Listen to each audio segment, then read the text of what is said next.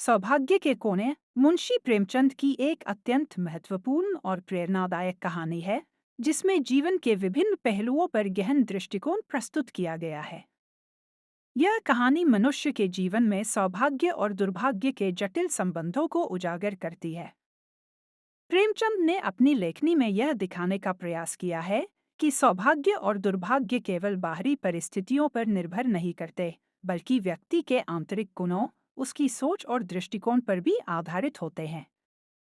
कहानी की शुरुआत।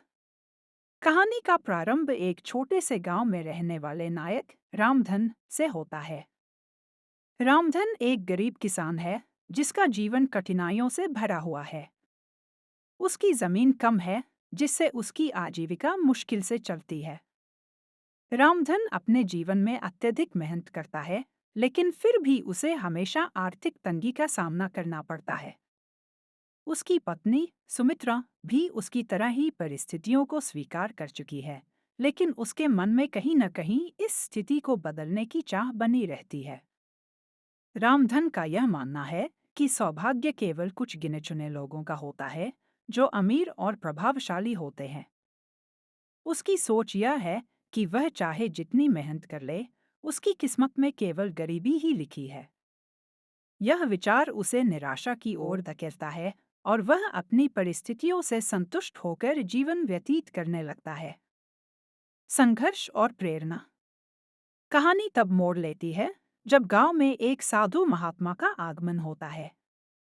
महात्मा जी गांव के लोगों को धर्म और जीवन के महत्वपूर्ण उपदेश देते हैं। रामधन भी उनके उपदेश सुनने जाता है, लेकिन वह अपने जीवन की कठिनाइयों से इतना थक चुका होता है कि उसे साधु महात्मा की बातें भी व्यर्थ लगने लगती हैं। महात्मा जी कहते हैं, सौभाग्य कोई ईश्वर की देन नहीं, यह तुम्हारे अपने कर्मों का परिणाम होता है। अगर तुम अपने सोचने का तरीका बदल दो और अपने जीवन में दृढ़ संकल्प से काम करो, तो तुम्हारे जीवन में सौभाग्य स्वतः ही आने लगेगा। रामधन को यह बात हजम नहीं होती और वह महात्मा जी से कहता है, महात्मा जी, क्या यह संभव है कि मैं अपनी इस गरीबी से उभर पाऊं? क्या मेरे जीवन में भी सौभाग्य आ सकता है? महात्मा जी मुस्कुराते हुए उत्तर देते हैं, सौभाग्य तुम्हारे चारों ओर फैला हुआ है, बस तुम्हें इसे पहचानना आना चाहिए। सोच का परिवर्तन। महात्मा जी की बातें सुनने के बाद रामधन के मन में एक परिवर्तन आता है। वह सोचने लगता है कि अगर सौभाग्य वास्तव में उसके कर्मों पर निर्भर करता है, तो उसे अपनी सोच और दृष्टिकोण में बदलाव करना चाहिए। वह धीरे धीरे अपनी मेहनत और लगन को बढ़ाने का प्रयास करता है।